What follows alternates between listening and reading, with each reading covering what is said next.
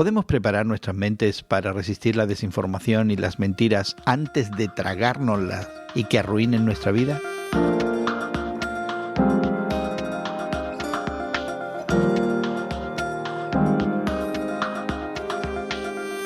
Gracias por acompañarnos entre amigos esta conversación semanal sobre la fe cristiana en el mundo contemporáneo que tenemos hoy la terapeuta Marta Polo Kohler y tu amigo Gerson García. Y hoy conversamos sobre cómo adelantarnos a la desinformación y a las mentiras, particularmente las que nos llegan de poderes sociales, políticos e incluso religiosos, y cómo en vez de corregir creencias falsas después de que se han formado en nuestro cerebro, adoptamos la llamada inoculación psicológica o una especie de vacuna contra la falsedad. Pero antes te invitamos a que te suscribas a nuestro podcast que encontrarás en Apple, YouTube, Spotify o en tu plataforma de podcast favorita. Descarga y escucha semanal y gratuitamente Entre Amigos con Gerson García y compártelo en tus redes sociales. Así también permites a tus familiares y conocidos participar de esta conversación. Encuentra los enlaces a nuestras redes sociales y otras conversaciones con temas que pudieran interesarte al descargar y escuchar regularmente este podcast. ¿Cómo saber que lo que se nos dice es cierto? Algunos de nosotros, al hacernos esa pregunta, recurrimos a qué tan confiable es la fuente. Es decir, no solo evaluamos los hechos fría y calculadamente, sino que nuestras actitudes, predisposiciones y emociones se activan. Que si nuestra confianza en alguien, una persona, una institución, es total, y esa fuente nos dice que en una ocasión vio volar a un burro, pudiéramos llegar a decir, yo no he visto a los burros volar, pero aparentemente vuelan. Un reciente artículo de la revista norteamericana Psychology Today asegura que podemos preparar nuestras mentes para resistir la desinformación antes de que nos afecte.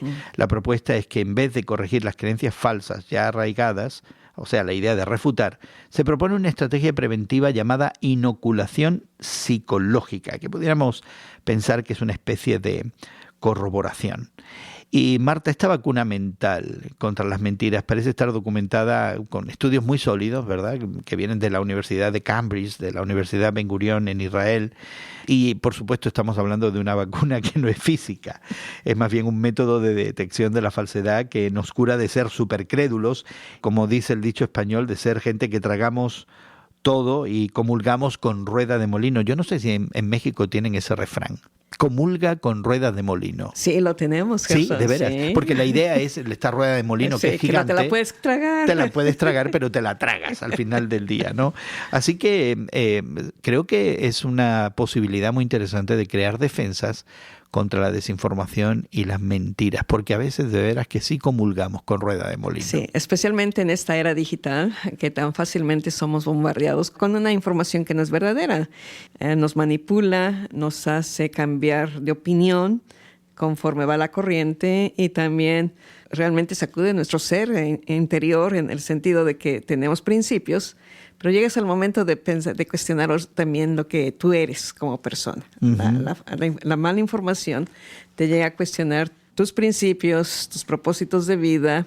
Inclusive llega a tener un efecto de desamor a aquellas cosas en las cuales tú antes disfrutabas o tenías cercanía con ellas. O sea que la desinformación me daña a mí y hace que yo posiblemente dañe a otros también, ¿no? Sí. No es neutral. Claro, y tiene toda la intención de polarizar a familias, de polarizar grupos sociales, de polarizar partidos políticos y de polarizar, ¿verdad?, en nuestras opiniones países enteros. Una de las cosas que me llamó la atención de esta serie de estudios que son, ¿verdad?, le llaman meta-análisis, porque agrupan a 33 estudios diferentes.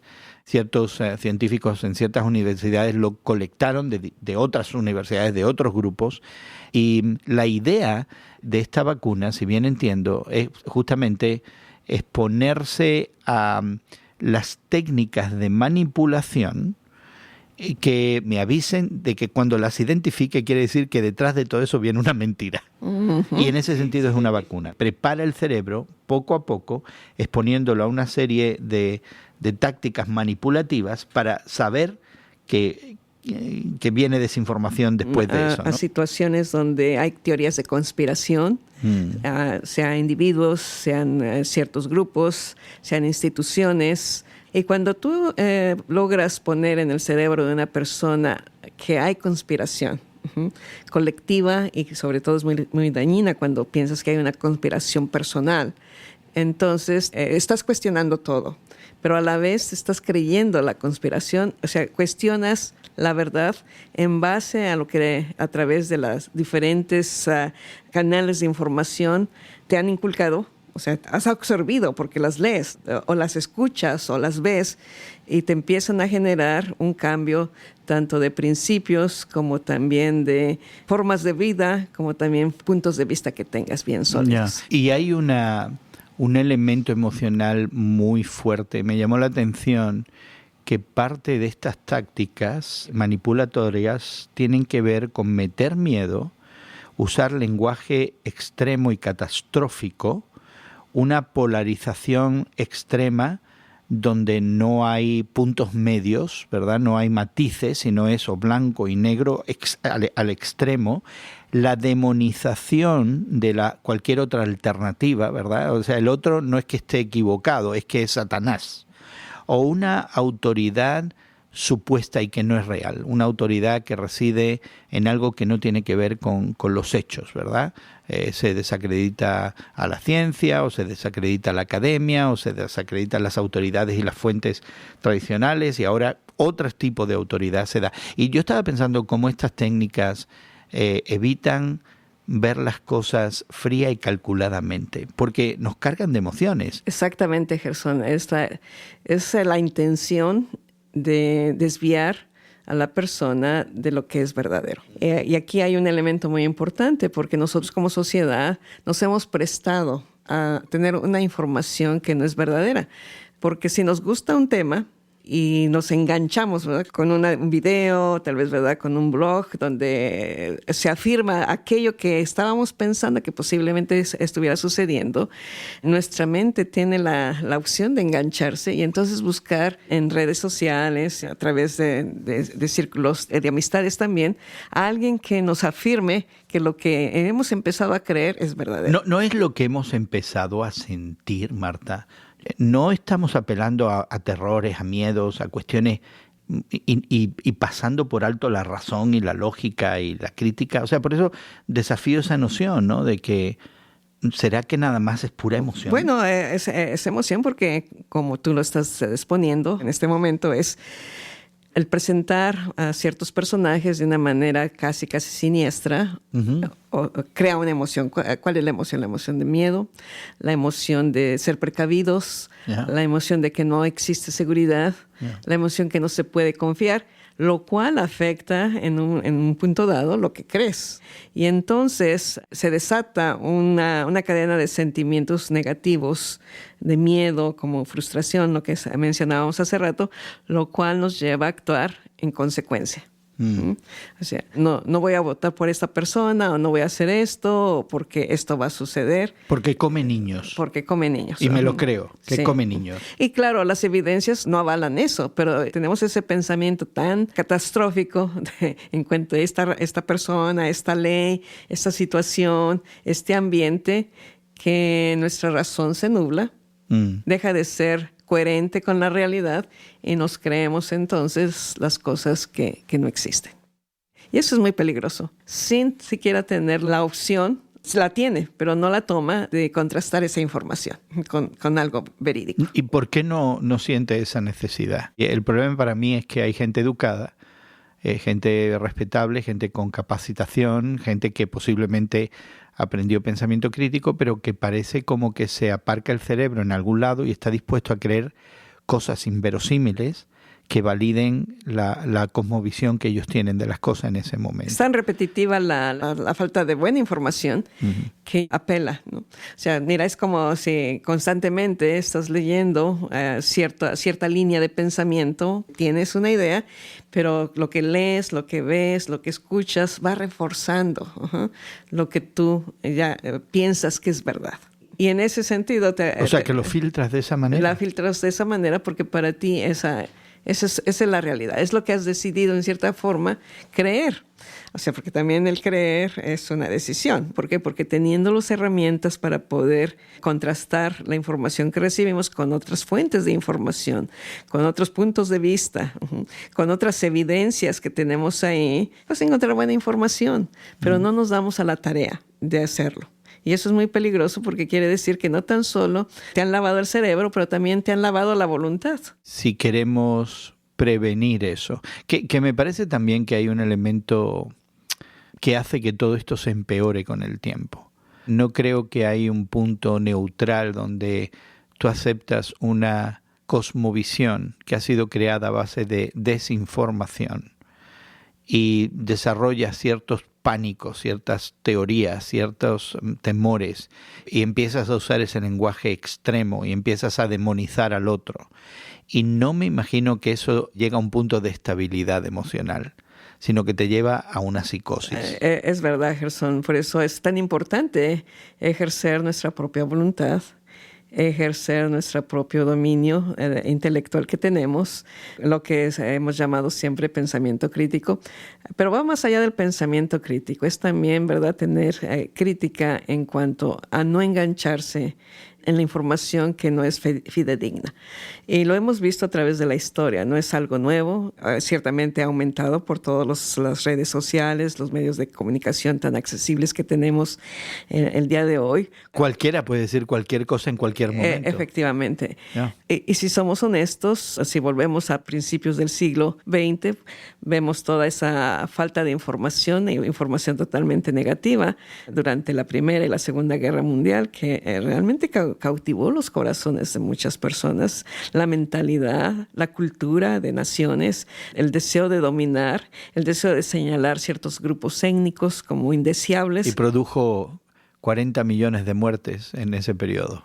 En la primera mitad del siglo XX. Y eso no es lo peor, Gerson. Lo peor es que ahorita está produciendo una separación de no poder ver la humanidad con los ojos, ¿verdad?, de compasión y de ser solidarios con ellos en el sufrimiento, en el caminar, en cómo nosotros podemos ser vehículos para poder allanar de alguna manera el camino para que estas personas no sufran tanto. Lo hemos visto en la historia repetidamente, pero yo quisiera poner el dedo en la llaga. Estamos muy confortables en estas conversaciones. Yo me lo paso bien contigo hablando de estos temas, bien relajados, bien confortables, pero nos tenemos que incomodar un poco, porque cuando se trata de la fe que tú y yo procesamos, una fe que a veces tiene afirmaciones increíbles en el plano de lo supranatural, ¿pudiéramos vacunarnos también contra las mentiras aplicando estas técnicas de vacunas mentales?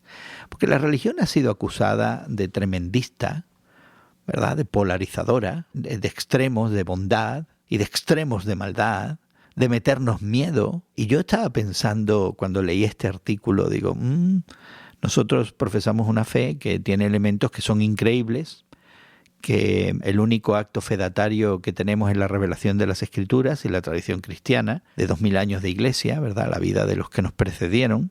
Y para usted de contar, o sea, no hay un hecho fedatario corroborable con data. Algunos de nosotros perseguiríamos eso y tenemos libros muy bien escritos acerca de cómo nuestra fe cristiana está arraigada en lo histórico y, ¿verdad?, todo eso. Y es cierto, o sea, lo hemos compartido, lo enseñamos y lo creemos fehacientemente. Pero al mismo tiempo están estos elementos dentro de nuestra fe en el ámbito religioso que no sé si facilitarían de alguna manera la desinformación y la falsedad. Meter miedo, lenguaje extremo, catástrofes apocalípticas, polarización extrema, el demonio, los ángeles, lo bueno, lo malo. Y me preocupa que mucho de esto que estamos hablando pudiera ser aplicable a nuestra manera de entender la fe y de entender a Dios y de entender el universo y de entender al prójimo. ¿Te incomodé, Marta?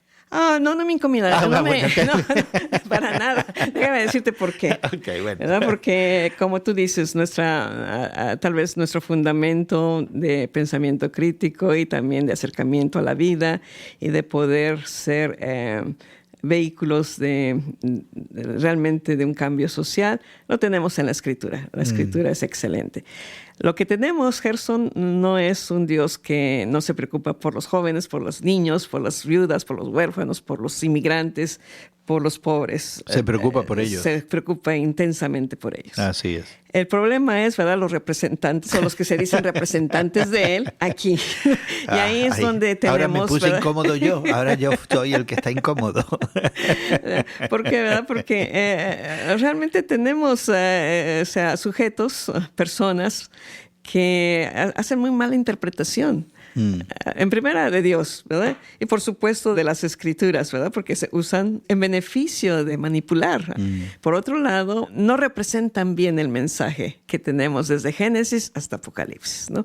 Porque si seguimos el cordón o la línea, vamos a ponerlo así, si seguimos la línea de la narrativa bíblica, sí, tenemos hechos muy tremendos, historias muy tremendas dentro de la Escritura, pero precisamente nos señala la compasión de Dios, la generosidad de Dios para que su pueblo, o sea, en este caso en el Antiguo Testamento, el pueblo de Israel, fuera, ¿verdad?, justo, fuera hospitalario, fuera cuidador y tuviera realmente una devoción a Dios. Todos los profetas a través del Antiguo Testamento y la historia, ¿no? O sea, esa historia cíclica que podemos observar en el Antiguo Testamento habla precisamente de eso. Dios, ¿verdad?, usa a los profetas para señalar a los reyes y a los líderes religiosos cómo están realmente trayendo mala información al pueblo acerca de él. Y los condena y les dice, ¿verdad? Y muchas veces nosotros también usamos la Escritura para poner cargas excesivas en el pueblo de Dios. Por ejemplo, déjame darte, y ahorita esto, ¿verdad? Los que nos están escuchando, y si nos escucha un pastor va a decir, no escuches ese podcast, ¿no? Pero, entonces, tú no estás incómoda, yo tampoco, pero algunos de nuestros oyentes pudieran estar. Por ejemplo, Malaquías, ¿no? Malaquías, lo usamos mucho y no se predica mucho del profeta Malaquías, ¿no? Lo único que se usa incomoda, o sea, solamente, ¿verdad?, para que traigan sus diezmos. Diezmos al alfolí, sí. Pero mira, realmente la acusación de ahí es como eso del diezmo es como el colafón, ¿no? O sea, como el final. El final. Ya. Ay, que se me había olvidado. Den el diezmo. Pero era, ¿verdad?, esa actitud de abandonar a las esposas, de no ser justos, el hecho de que deben de proteger a los inmigrantes, de proteger a la viuda, al huérfano. O sea, de eso no se predica. No. Por eso puedo decir, ¿verdad?, que la información puede estar manipulada desde el púlpito. Ya. Y en ese caso, entonces, lamentablemente, Marta, y sí, para la incomodidad de muchos de nosotros, necesitamos esa vacuna mental también cuando vamos a la iglesia, de alguna manera.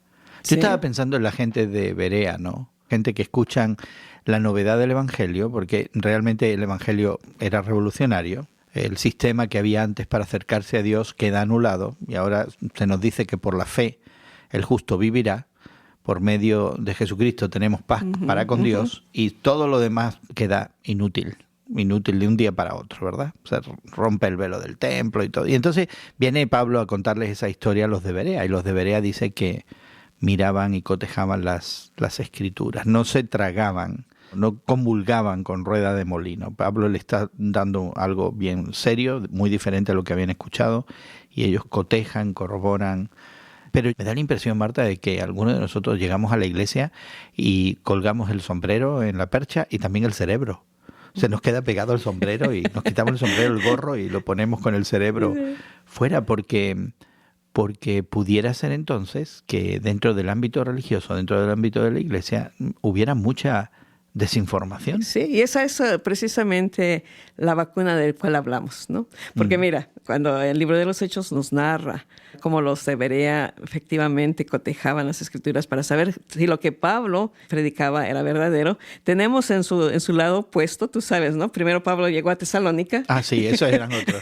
Esos eran otros, ¿no? Eran otros, sí. Entonces, estos de Tesalónica no quisieron escuchar, estaban tan cómodos, ¿no?, en sus propias funciones, en sus propias creencias, en su sinagoga, haciendo todo. De tal manera, ¿verdad?, que Pablo tiene que huir a Berea, ¿no? Y ahí en Berea, ahí les va bien. Y ¿sabes qué? Que la Escritura dice que estos eran más nobles, o sea, quiere decir los de Berea. Que tenían pensamiento crítico, ¿verdad? Que no se tragaban a la primera, obviamente, pero tampoco, ¿verdad? Admitieron la acusación porque vinieron los de Tesalónica a hacer su caso y decir, no, este está contando mentiras, ¿no? Pero ¿qué hicieron los de Berea? No les creyeron porque ya habían hecho su tarea. Entonces, si tú me hablas, ¿verdad?, de la vacuna en contra de estar mal informados y de crear estas situaciones de conspiración y de miedo y de tragedia que las tenemos al alcance de nuestros dedos, tenemos que ser, ¿verdad?, bien cautos y vacunarnos en contra de las cosas que no son reales. ¿Cómo? Comparándolas con otro tipo de información.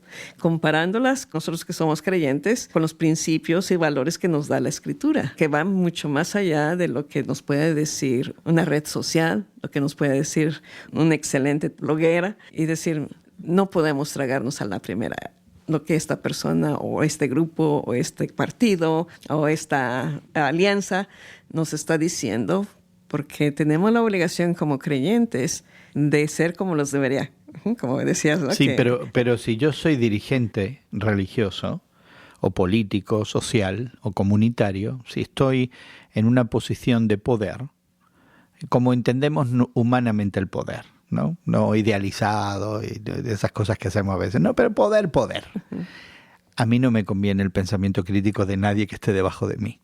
A mí no me conviene ser cuestionado, y me pregunto si será por eso que en nuestras iglesias nunca se nos enseña a pensar críticamente. De hecho, tiene mala reputación la duda, porque no estamos hablando de que la vacuna contra la desinformación es el cinismo, ¿verdad?, en no creerte nada, o ser un escéptico, no creerte nada. No estamos hablando de eso, estamos hablando de creer, claro, con fundamento, y creer lo que es verdad, lo que tiene evidencia, lo que puede ser corroborable, lo que tiene sentido común, ¿verdad? Y tú refieres al pensamiento crítico. Yo creo que aquí en el seminario bíblico se enseña el pensamiento crítico. Creo que yo di una clase una vez sobre pensamiento crítico. No sé qué te reportaron mis alumnos, cómo salieron de esa clase. Pero nunca he visto una comunidad de fe que diga, hermanos, pues a la hora de estudiar la Biblia deberíamos desarrollar pensamiento crítico. A la hora de analizar problemas sociales con los que vamos a responder moral, éticamente, desde una perspectiva del Evangelio, deberíamos desarrollar pensamiento crítico. Yo no he visto eso en las iglesias. ¿Tú lo has visto en alguna iglesia? No aquí en el seminario lo hacen. Bueno, aquí en el seminario sí lo he visto. Acuérdate, al principio del cristianismo, la iglesia cristiana era una iglesia perseguida. Vivía en las catacumbas, no estaba, ¿verdad?, en unas condiciones muy, muy precarias. Sucede, ¿verdad?, que después de que se hace la religión oficial del imperio, ya deja de ser ese grupo de cristianos seguidores de Cristo que estaban dispuestos a dar la vida por la verdad, y se hace, ¿verdad?, una institución. Y cuando viene la Reforma, Lutero nos abre las Escrituras y entonces nos da la oportunidad de decir, todos los creyentes ahora, ¿verdad?, podemos venir delante de Dios en la función sacerdotal que tenemos nosotros de venir al Señor sin necesidad de intermediarios. En nuestra América Latina, cuando nos llegó el Evangelio, nos llegó también el Evangelio protestante con la idea de que el pastor dirige a las ovejas. Pero en nuestra idiosincrasia tenemos, ¿verdad?, que alguien ha de ser el que intervenga por nosotros. Yeah.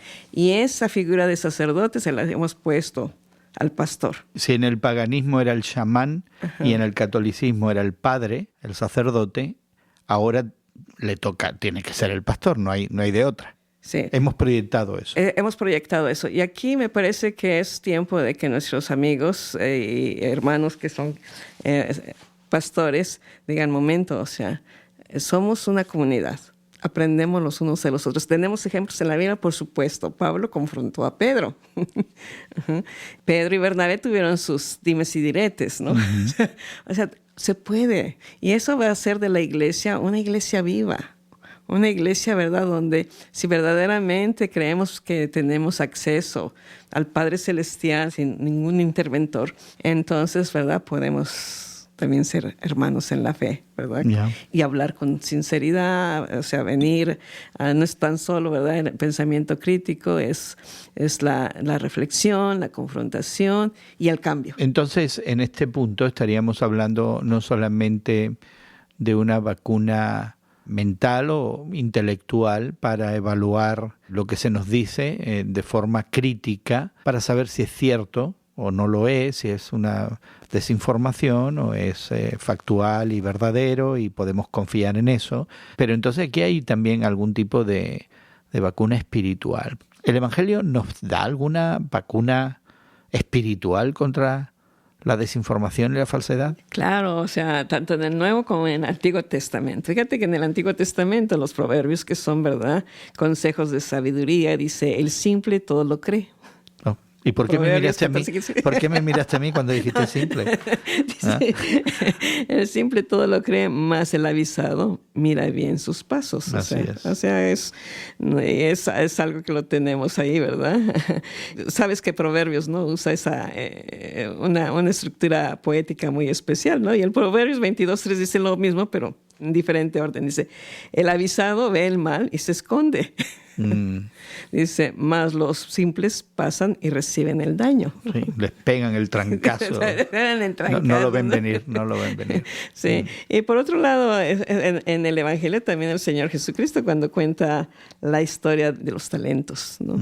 Fíjate que el obrero que recibió un talento hizo un pensamiento crítico. Cuando llega el amo a pedirle cuenta, le dice, mira, pues pensé, ¿verdad? O sea, ahora sí que pensé, consideré que eres, ¿verdad? Eres medio duro, ¿no? Entonces, sí, ¿verdad?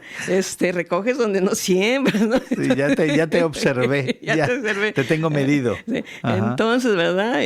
Para que no te enojes conmigo ni tenga que pagar las consecuencias. Mira, el dólar que me diste, la moneda que me diste, te la regreso. Ahí está. Es tuya, ¿no? Y la parábola señala, dice, el amo le dice al siervo, tú sabes cómo soy, cómo pienso, o sea, cuáles son mis valores, ¿verdad? Es un malvado porque pudiste haber puesto podía haberlo usado, el talento, ¿verdad? Y que hubiera ganado intereses y me hubieras entregado la moneda con los intereses. Claro, él no usa estas palabras que ahora nosotros usamos en nuestro lingo moderno, pero está diciendo lo mismo.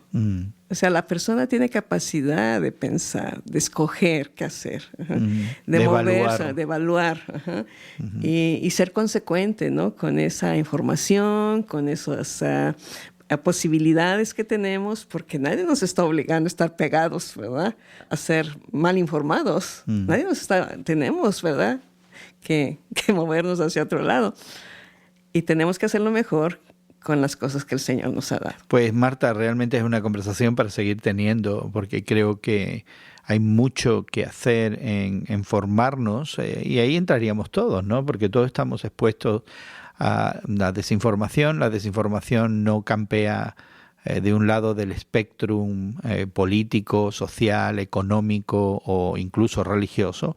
Es lamentablemente algo que pertenece a la condición humana, y todos somos vulnerables de alguna manera cuando tenemos nuestro punto ciego y nuestras preferencias que no estamos dispuestos a reevaluar. Así que mucho que hablar, pero quisiéramos invitarte a que explores más de esta posibilidad de estas vacunas mentales y vacunas incluso espirituales cuando se trata de la fe contra la falsedad manipulativa que destruye la vida humana y pudiera destruir la tuya y la de otros, que es lo que estamos viendo en nuestra sociedad, daño que con nuestras decisiones nos hacemos a nosotros mismos y desafortunadamente hacemos a los demás. Así que queremos animarte a que te suscribas también a nuestro podcast, que encontrarás en YouTube, Apple o Spotify o en tu plataforma de podcast favorita. Búscalo, descárgalo gratuitamente cada semana como Entre Amigos con Gerson García. Al hacerlo encontrarás también los enlaces a los recursos que hemos mencionado en nuestra conversación hoy. Podrás dejar tus comentarios y encontrar en nuestros archivos otros temas que pudieran ser también de tu interés. Nos ayudan muchísimo, en gran manera. Verdaderamente no tenemos grandes presupuestos para publicidad, ni compramos anuncios en las plataformas sociales, ni nada de eso. Así que si tú disfrutas de esto, te animamos a que compartas nuestra conversación, que permitas a otros verdaderamente participar de la misma. Compártenos en tus redes sociales, invita a tus amigos, a tus seguidores a ser parte de este tiempo juntos. Nuestra gratitud va para nuestro equipo técnico, tanto en México como en los Estados Unidos, que hacen posible que esta conversación llegue hasta ti. También, asimismo, para Marta Polo Kohler, psicóloga y docente del Seminario Bíblico Hispano de la ciudad de Chicago, por darnos su tiempo. Muchas gracias, Marta. Siempre es un placer hablar contigo. Hasta la próxima, Gerson.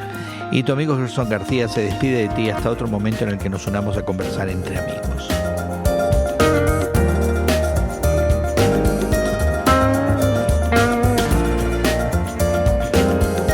Entre Amigos con Gerson García es producido por Eventual Media y distribuido por Radio Moody para ministerioreforma.com.